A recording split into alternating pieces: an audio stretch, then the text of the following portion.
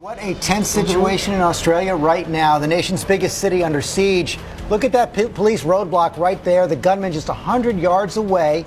As midnight approaches in that city right now, they've been tense all day long. More than 12 hours into the standoff right now, George. 5 of the hostages managing to escape. This is one of them. You can just see the fear right there on her face. Fear followed by relief. The crisis began during the morning rush hour at the heart of the holiday shopping season. ABC's Brian Ross here with the latest. And Brian, what a target. This is Sydney's Times Square. Absolutely right, George. It's now more than 12 hours after the lone gunman took his hostages, forcing them to display a black jihadist flag. And the scene in Australia remains highly tense at this hour.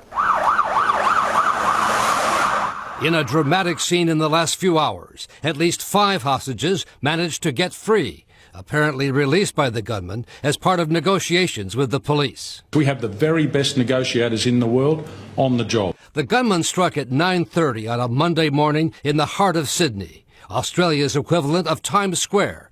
The horrifying images broadcast across the country. A woman just shouted out, "He has a gun," so everyone just started running away like crazy. Hostages caught inside the Lindt coffee house were forced to the window, told to put their hands up. Some ordered to display a black flag with Arabic writing. A man identified by Sydney TV stations as the gunman was briefly seen throughout the day, using a female hostage as a shield. Police said the man was known to them, but did not elaborate. I saw the gunman, yep. He was quite tall, probably late 40s, had a long white sleeve shirt on with a black vest. He was very calm.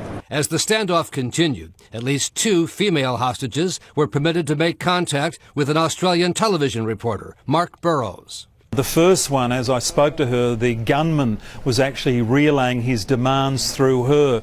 There are a long list of demands. I think number 1 was that he wanted to speak to someone in authority, namely the Prime Minister, and there were quite a few other of those demands. As police brought in food to the cafe and tried to wait out the gunman, the surrounding area was on lockdown. The nearby famed Sydney Opera House canceled performances. Qantas canceled flights over the city. And the U.S. consulate closed, issuing a travel warning to Americans in Australia to maintain a high level of vigilance.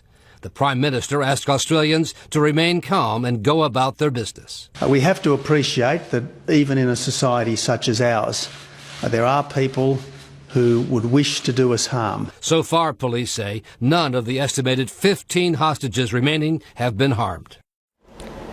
It is now nighttime in Australia, and reporters on the scene say the lights in the cafe have been shut off. It's not clear why. Many of the hostages are using their cell phones to send messages that police have asked not be made public, but they are being described, the messages, as disturbing and distressing, George. Goodness, okay.